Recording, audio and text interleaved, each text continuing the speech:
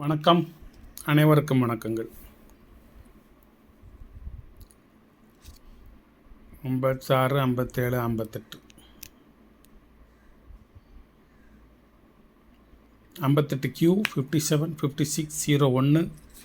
Last number மட்டும் ஒரு fancy number 57 57. இடையில 57 67 உண்டு. 57 56 56 56 ஒன்று உண்டு.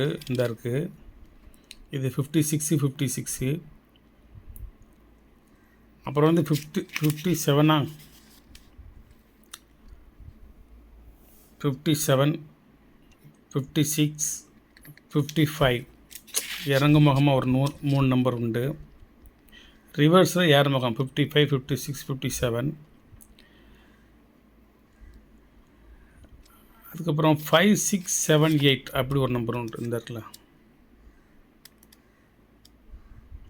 5 6 7 8 ஒரு நம்பரு. 56 56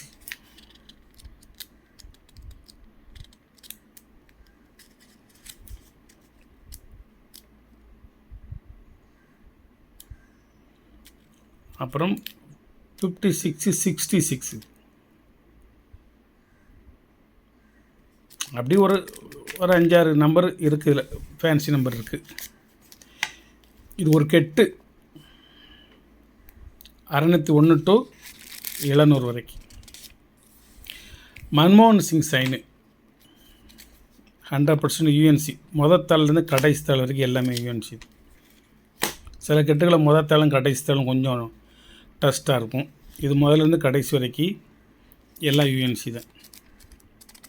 இதை வந்து நான் கெட்டாக கொடுக்க போகிறது இல்லை, உதிரியாகத்தான் கொடுப்பேன். இந்த கெட்டு வந்து குறைஞ்சது ஒரு 10-25 பேருக்கு அது போய் சேரணும். யூஎன்சி தாளாக போய் சேரணும். ஏன்னா மன்மோகன் சிங் வந்து என்கிட்ட வந்து யூஸ்டு தாள் தான் இருக்குது. ஒரு 10 தாள் இருக்குது. நான் இந்த யூஎன்சி தாளாக வச்சு 10 ரூபீஸில் ஒரு செட்டு கொடுக்குற சமயம் என்கிட்ட வந்து RN மல்ஹோத்ரா இருக்குது, ஐஜே படேல் இருக்குது, அந்த மாதிரி கேஆர் பூரி இருக்குது. இப்போ அந்த மன்மோகன் சிங் மட்டும் யூஎன்சி இல்லாமல் இருந்துச்சு. சரி, அதை யூஎன்சி வாங்கி செட்டாக போட்டு குறைஞ்சது ஒரு 15 தாள் அல்லது 16 தாள் இந்த 10 ரூபீஸை கொடுக்குறதுக்கு வேண்டி முயற்சி பண்ணிகிட்ருக்கேன். இப்போ ஒரு யூஸ்டு கரன்சி இன்னும் வைக்க மாட்டேன். அந்த டோட்டலாக வைக்கிற அந்த யூஎன்சி கரன்சியில் 10 ரூபீஸ் செட்டில் 2-3 தாள் யூஸ்டு கரன்சி வைப்பேனா, இப்போ அதில் ஒன்றை குறைச்சிருக்கேன். அப்படி ஒன்றா குறைச்சிருவேன். கடைசியில் டோட்டலாக கம்ப்ளீட் யூஎன்சி செட்டு கொடுப்பேன். முயற்சி பண்ணிகிட்டு இருக்கேன். அப்படி கம்ப்ளீட் யூஎன்சி செட்டு கொடுக்குறச்சும் கொஞ்சம் ரேட்டு அதிகமாகும். நான் எக்காரணத்துக்கு கொண்டு இந்த விலையில் வந்து காம்ப்ரமைஸ் பண்ண மாட்டேன். அன்புக்கு அடிபணிஞ்சிடுவேன். மற்றபடி இதோட ரிஸ்க் வந்து நமக்கு தான் தெரியும். இந்த ஒரு கெட்டு வாங்குறதுக்கு நம்ம என்ன கஷ்டப்பட்டோம், என்ன ரேட்டு சொல்கிறாரு, நம்ம எவ்வளோ பணத்தை கொடுத்து வாங்கியிருக்கோம் அப்படிங்கிறது நமக்கு தான் தெரியும். இதில் இந்த ஒரே ஒரு தாளை வாங்கிக்கிட்டு நீங்கள் எதுவும் இப்போ சொல்லக்கூடாது. பிறரின் வழிகளை புரிஞ்சுக்கிடணும். சரி, இத்தனை ஆயிரத்துக்கு ஒரு கெட்டை வாங்கி ஒரு தாள் நம்ம வாங்க போகிறோம் அப்படின்னு நீங்கள் நினைக்கணும். இன்றைக்கி ஈவினிங் வந்து ஒரு செட்டு வைப்பேன். அதில் மன்மோகன் சிங் ஒன்று வச்சு வைப்பேன். இது வந்து நீங்கள் ஃப்ரெஷ்ஷாக இப்படி யூஎன்சியாக வாங்கினோம்னா ஒரு தாள் 200 ரூபா. ஒரே ஒரு தாள் 200 ரூபா. 57 57 கொடுங்க அப்படின்னு சொல்லி கேட்டால் 200 ரூபாய்க்கு தரமாட்டேன். இருந்து வருஷப்புறம் தருவேன். ஃபேன்சி நம்பர் வேணும்னா அதற்கு உரிய விலையை கொடுத்து நீங்கள் வாங்கிக்கிடணும். இடையில ஏதாவது இந்த 56 கொடுங்க, அந்த இதே 200 ரூபாய்க்குன்னு சொல்லி நான் இது உள்ளேருந்து இப்படி ஒன்றை மட்டும் உருவி எடுத்து கொடுக்க மாட்டேன். ஏன்னா அவங்க 51 to 60 வரைக்கும் வாங்குவாங்க. எனக்கு 10 தாள் ஒரு செட்டு வைக்கிறது ரொம்ப போகும். அதற்கு உரிய கூலியை கொடுத்தீங்கன்னா நான் கொடுத்துருவேன். இது ஒரு 5 தாள் வாங்கினீங்க அப்படின்னா 180 ரூபா. 10 தாள் வாங்கினீங்க அப்படின்னா 170 ரூபா. எத்தனை தாள் வாங்கினாலும் 170க்கு குறையாது. வணக்கம், வாழ்த்துக்கள். சப்ஸ்கிரைப் பண்ணுங்கள், ஷேர் பண்ணுங்கள், லைக் பண்ணுங்கள், கமெண்ட் பண்ணுங்கள்.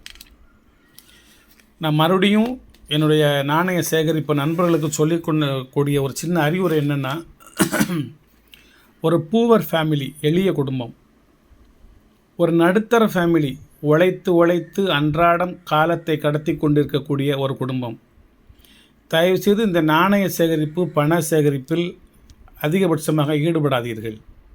என்னோட சின்ன அட்வைஸ்.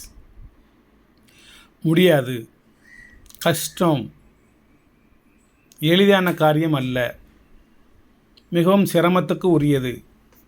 ஏனென்றால் நீங்கள் சேகரிப்பது அனைத்தும் காசு, பணம், துட்டு. அதை நீங்கள் காசு, பணம், துட்டு கொடுத்து தான் வாங்கி சேகரிக்க முடியுமே தவிர எளிய முறையில் எளிதாக பிறரிடமிருந்து வாங்கி சேகரிக்க இயலாது. அப்படி சேகரிக்க இயலும்னா நான் சும்மா கத்தையாக தருவேன், அது உங்களுக்கு உதவாது. இப்போ இந்த 5 பைசா காயின் சேகரிச்சிட்ருக்கேன். இப்போ ஒரு 30 விதமான நாணயங்கள் சேகரிச்சிருக்கேன். இன்னும் குறைஞ்ச ஒரு 5 நாணயமாக இதிலிருந்து எடுக்கணும்னு முயற்சி பண்ணிகிட்ருக்கேன். இந்த 30 நாணயத்துலேயும் ஒரு 25 நாணயம் யூஎன்சி நாணயம், 5 நாணயம் யூஸ்டு கண்டிஷனு, அந்த மின்ட்டு கிடைக்கல, அதுக்காண்டி வச்சுருக்கேன். இது மாதிரி நீங்கள் மொத்தமாக வாங்கினீங்கன்னா நான் ஒரு காயின் சும்மா 10 ரூபா எடுத்துருவேன். 100 காயின்னா 1000 ரூபா போகும். இது 10 காயின் வாங்கினா 1000 ரூபா ஆகும். நான் பல்காக வாங்கி அதில் குறிப்பிட்ட இயர், குறிப்பிட்ட மிண்டு, குறிப்பிட்ட கேட்டகிரி, இந்த ஸ்கேரா அல்லது காமனா அல்லது ரேரா அந்த அப்படின்னு எல்லாம் பார்த்து வச்சு நான் ஒவ்வொரு நாணயத்தையும் எடுத்து இதில் உள்ள மின்ட்டே உங்களுக்கு தெரியாது. இது ஒரு நாணயத்தை எடுத்து மின்ட்டு பார்க்கணும்னே தெரியாது. நார்மலாக இந்த செல்லு இல்லைன்னா தெரியாது. இப்போ நான் லென்ஸையும் வைக்கிறது இல்லை, செல்லில் தான் லென்ஸ் பார்ப்பேன். இதை திருப்பி வச்சு இது செல்லை வந்து அந்த கேமராவை ஜூம் பண்ணி பார்த்து 1987 கீழே என்ன மின்ட்டு இருக்குது, இது வந்து கொல்கட்டா மின்ட்டு, என்ன மின்ட்டு இருக்குதுன்னு பார்த்து நான் ஒன்றுன்னா குறிச்சிட்டு வந்து அது பூரா வரிசைக்கு அடுக்கி மறுபடியும் எடுக்கிற நாணயம் இந்த வரிசையில் இருக்குதா இல்லையான்னு சொல்லி ஒவ்வொன்றையும் செக் பண்ணி பார்த்து நான் அதை கொண்டு வரதுக்கு இன்றைக்கி ஒரு நாள் ஆகும். நான் காலையிலேருந்து இது பண்ணிக்கிட்டு இருக்கேன், இன்னும் முடியல. இதை இந்த 5 பைசா நாணயத்தை காலையிலேருந்து பண்ணிகிட்ருக்கேன். அலுமினியம் நாணயம் மட்டும் பண்ணிகிட்ருக்கேன். இன்னும் காப்பர் நிக்கல் வேறு தனியாக செட்டு இருக்குது, அதை சேர்த்து வச்சுட்டேன் ஏற்கனவே. அப்படிலாம் வச்சுட்டு நம்ம வந்து எதிர்பார்க்கின்ற விலைக்கு அதை கொடுக்க இயலாமைக்கு வருந்துகின்றேன், மன்னிக்கவும். நீங்கள் எதிர்பார்க்குற விலைக்கு என்னால் கொடுக்க இயலவில்லை. என்ன ஒரு செட்டு தான், ஒரு செட்டு சேர்க்குறதுக்கே போதும்னு ஆகி போகுது. இதே மாதிரி இன்னொரு செட்டு கேட்டிங்கன்னா இதில் உள்ள மின்ட்டு வேறு இந்த டப்பாவில் இல்லை. இங்கே ஒரு பாடு போட்டிருக்கேன் பாருங்க, கழிச்சு போட்டிருக்கேன் பாருங்கள். இந்த கழிச்சு போட்டிருக்கேன்னா அதில் வந்து இதெல்லாம் ஏற்கனவே இருக்கிற மின்ட்டுக. இது பூரா நான் என்றைக்கு வைக்க போகிறேன், என்ன செய்ய போகிறேன்னு தெரியல. இதில் குறைஞ்ச ஒரு 200 காயினுக்கு மேலே இருக்குது. இதில் 200 காயின் செலக்ட் பண்ணாலும் இதில் இருக்கிற காயின் தான் இதில் இருக்கும். அதனால் இருந்தாலும் நான் இதில் இல்லாத நானே ஒன்று இருந்துராதா அப்படின்னு நான் ஒன்றையும் செலக்ட் பண்ணி பார்த்துக்கிட்டே இருப்பேன். கண் பூத்து போகும், கை வலிச்சு போகும், மணிக்கணக்கில் உட்காந்து அப்படியே ப்ரிப்பேர் பண்ணிக்கிட்டே இருக்கணும். அதை ஒவ்வொன்றும் என்னென்ன ரேட்டுன்னு பார்க்கணும், என்னென்ன மின்ட்டுன்னு பார்க்கணும். அதுக்கு உரிய வேலைகள் இருக்குது. நீங்கள் ஒரு பணத்தை அனுப்புகிறீங்க, நான் இதை அனுப்புகிறேன், நீங்கள் அப்படியே வாங்கி உங்கள் ஆல்பத்தில் அடுக்கி வச்சுட்டு நான் ஒரு 5 பைசா காயின் நான் எவ்வளோ கலெக்ட் பண்ணிட்டுருக்கேன்னு தெரியுமா அப்படி நீங்கள் காமிச்சிடுறீங்க. அதுக்கு உரிய உழைப்புக்கு உரிய ஊதியத்தை நீங்கள் கொடுத்து தான் ஆகணும். அதில் வந்து காம்ப்ரமைஸ்க்கு no chance. Sorry for the friends. நண்பர்கள் அனைவரிடமும் மன்னிப்பு கேட்டுக்கிறேன். இந்த குறைஞ்ச விலைக்கு கொடுக்கணும்னு எனக்கு ஆசை. எனக்கு ஒருத்தர் ஹெல்ப்புக்கு வந்து என் நாணயத்தை பிறகு ப்ரிப்பேர் பண்ணி என்கிட்ட கொடுங்க, நான் பாட்டில் கண்ட விலைக்கு விற்றுட்டு போயிட்டு இருப்பேன். குறைஞ்ச விலைக்கு கொடுத்துருவேன். எனக்கு ஒவ்வொரு செட்டை எடுத்து வச்சுட்டு பாக்கி அப்புறம் கொடுத்துருவேன். இது ஒவ்வொன்றிலையும் அவ்வளோ வேலை இருக்குது, அதை நீங்கள் புரிஞ்சுக்கோங்க. நான் மறுபடியும் சொல்கிற மாதிரி மிகவும் வறுமை கோட்டுக்கு பக்கத்தில் இருக்கிறவங்க, கஷ்டப்படுறவங்க இந்த பொழுதுபோக்கை கையில் எடுக்க வேண்டாம். இது கொஞ்சம் கடினமான பொழுதுபோக்கு, வைராக்கியம் வேணும். நாங்களாம் என்ன பாடுபட்டிருப்போம்னு இறைவனுக்கு தான் தெரியும். அவ்வளவு பாடுபட்டு தான் இன்றைக்கி ஒரு ஸ்டேட்டஸில் இருக்கும். சும்மா வந்து சுதந்திரம் வந்து சும்மா கிடைக்கலன்னு சொல்லுவாங்கள்ல, அது மாதிரி சும்மா கிடைக்கல. மிகவும் கஷ்டம், சிரமத்துக்கு இடையில் வைராக்கியத்தோடு ஒரு விடாப்பிடியான ஒரு முயற்சியோடு நிறைய பேர் சொல்லுவாங்க, சாமி நீங்கள் வந்து இந்த விஷயத்தை முதல்ல ஆரம்பிச்சிங்க, நாங்கள் என்னமோ ஏதோன்னு சும்மா விளையாட்டுத்தனமாக நினச்சோம், ஆனால் நீங்கள் அதுலேயே இருந்து விடாப்பிடியாக அப்படியே கண்டினியூட்டி பண்ணி தொடர்ந்து அதில் நீங்கள் பயணிச்சிட்டிங்க, அதனால் இன்றைக்கி ஜெயிச்சிட்டிங்க அப்படிம்பாங்க. இதில் வந்து நான் மேக்ஸிமம் ஜெயிச்சிட்டேன். இன்னும் ஜெயிக்கல, இன்னும் நிறைய ஜெயிக்கணும். உச்சாணி கொம்பனுக்கு போகணும். இருந்தாலும் ஓரளவுக்கு நம்ம ஒரு ஸ்டேட்டஸ் கொடுக்குற அளவுக்கு நம்ம வந்திருக்கிறோம். அதனால் லேஸ்பட்ட உழைப்பு 25 இயர்ஸ், 25 வருட கால உழைப்பு. அந்த நாலேஜ் உங்களுக்கு வரணும்னாலே மின்ட்டு தெரியுறதுக்கு எனக்கெல்லாம் 5 வருஷம் ஆச்சு. இந்த ஹோல்டர் வாங்குறதுக்கெலாம் எனக்கு 6-7 வருஷம் ஆச்சு. அப்புறம் ஆல்பம் வாங்குறதுக்கு 10 வருஷம் ஆச்சு. கொஞ்சமாக ஸ்டெப் பை ஸ்டெப். அப்போ வந்து வலைத்தளம் கிடையாது, யூடியூப் கிடையாது, ஒன்றும் கிடையாது. நேரில் லைவாகவே போகணும். பாண்டிச்சேரிக்கு போவேன் இந்த ஹோல்டர் வாங்குறதுக்கு. மெட்ராஸுக்கு போய் தெருவாக அலைஞ்சிருக்கேன்.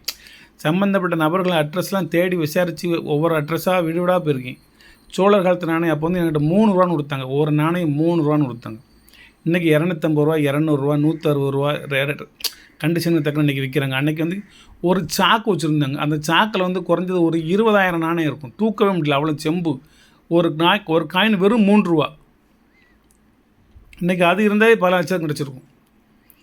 சரி, அப்போவே 10 காயின் தான் வாங்கினேன் 30 ரூபாய்க்கு. வெள்ளி நாணயங்கள் 5ஆம் சார்ஜ் விக்டோரியா ராணி நாணயத்தை ஃபுல்லாக சென்னையில் கொண்டு போய் ஒரு நாணயம் 100 ரூபான்னு கொடுத்தேன்.